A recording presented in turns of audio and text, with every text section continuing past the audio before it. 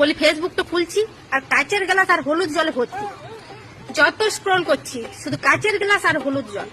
বলি কার কত ডিজাইনের কাচের গ্লাস আছে আর কার ক কেজি হলুদ আছে সব জানিয়ে গেলাম।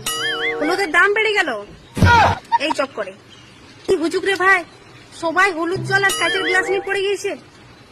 1 চামচ হলুদ গুঁড়াটি কাচের গ্লাসে পড়ছে আর এমন ভাবে তাকাইছে যেন বিশাল কিছু ব্যাপার। হলুদ তো পরে গ্লাসের মধ্যে দিবি, আগে মেলাটা দেখে আয় যা। বকুলতলায় ভালো মেলা জমেছে, সেইখানে দেখে মেলা যাবি, তবে একটি নৌকা নিয়ে যাবি বুঝলি। অনেক জল পড়ছে, চারিদিকে বন্যা হয়ে গিয়েছে। শুধুমাত্র আমি বাদে সবাই বানাই নিয়েছে এই হলুদ জলের ভিডিও। কার ঘরে কেমন গ্লাস আছে আমি শুধু সেইটাই দেখছি।